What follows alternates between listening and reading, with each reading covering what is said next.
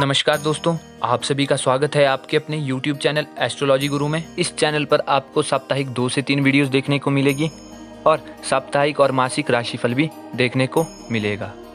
और यदि वीडियोस पसंद आती है तो आप अपने चैनल एस्ट्रोलॉजी गुरु को सब्सक्राइब करना ना भूलें और वीडियोस को लाइक व शेयर करें। तो आज का जो हमारा विषय है उसमें हम पौराणिक कथाओं के माध्यम से जानेंगे कि अफगानिस्तान में अशांति क्यों फैली हुई है और यह भी जानेंगे कि गांधार का नाम कांधार क्यों पड़ा। अफगानिस्तान में तालिबान शासन ने देश को पूरी तरह से अब कब्जे में ले लिया है।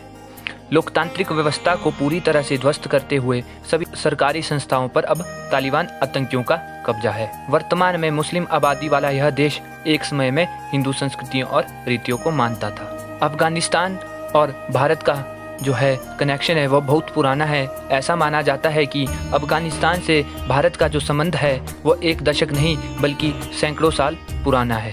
और इतिहास के सबसे बड़े युद्ध जो है महाभारत के षड्यंत्र का आरंभ जो हुआ था वह भी यहीं से हुआ था। आइए बात करेंगे अफगानिस्तान का संबंध महाभारत काल से कैसे है। जो है कांधार का नाम पहले गांधार था, कालांतर में यह गांधार से कैसे कांधार बन गया है इसके बारे में हम जानेंगे। करीब 5500 साल पहले राजा सुबल गांधार पर राज करते थे। उनकी पुत्री का नाम गांधारी था। गांधारी का विवाह हस्तिनापुर के राजकुमार धृतराष्ट्र के साथ हुआ था। गांधारी के एक शकुनी नामक एक भाई भी था। पिता की मृत्यु के बाद गांधार का सारा राजपाट शकुनी के हाथ में आ गया।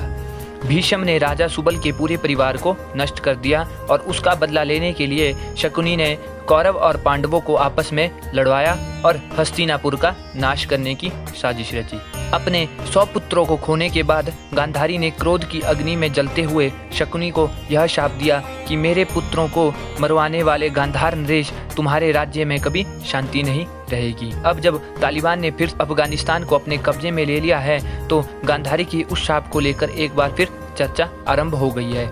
ऐसा माना जा रहा है कि गांधारी के शाप के दंश से गांधार आज तक उभर नहीं पाया है। अब बात करेंगे कि जो कौरवों के वंशज थे वो भी अफगानिस्तान में ही आकर बसे थे। ऐसा माना जाता है कि पांडवों के हाथों पराजय के बाद कौरवों के सैकड़ों वंशज अफगानिस्तान में आकर बस गए थे। यहाँ उन्होंने अपने शकुनी मामा के प्रांत गांधार में शरण ली थी। फिर यहाँ वे धीरे धीरे इराक और सऊदी अरब में जाकर बस गए थे। गांधार कैसे बन गया कांधार, आइए इस बारे में आपको हम बताएंगे। महाभारत काल की समाप्ति के बाद यहाँ धीरे धीरे बौद्ध धर्म का प्रचार होने लगा। यहाँ तक कि एशिया के कुछ भाग में बौद्ध धर्म तेजी से फैलने लगा था। भगवान शिव की पूजा यहाँ से धीरे धीरे समाप्त होने लगी और इसके बाद बौद्ध धर्म के अनुयायी अपने धर्म को बढ़ावा देने लगे। मुस्लिम शासकों के यहाँ कब्जा करने से पहले कई मौर्य शासकों ने यहाँ पर राज किया।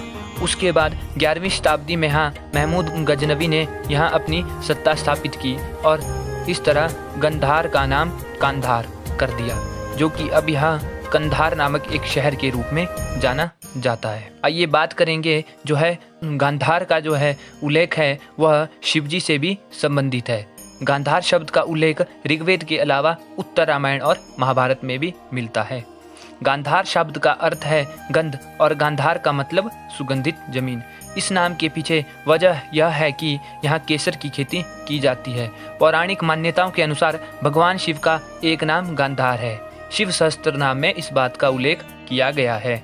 ऐसा माना जाता है कि यहाँ सबसे पहले भगवान शिव के भक्तों का वास हुआ करता था। प्राचीन काल में उत्तर पश्चिमी पंजाब का कुछ हिस्सा भी गांधार में मिला हुआ है। यदि आपको वीडियो पसंद आती है तो आप अपने चैनल एस्ट्रोलॉजी गुरु को सब्सक्राइब करना ना भूलें। धन्यवाद। कमेंट बॉक्स में ज़रूर बताएं कि वीडियोस कैसी लगी।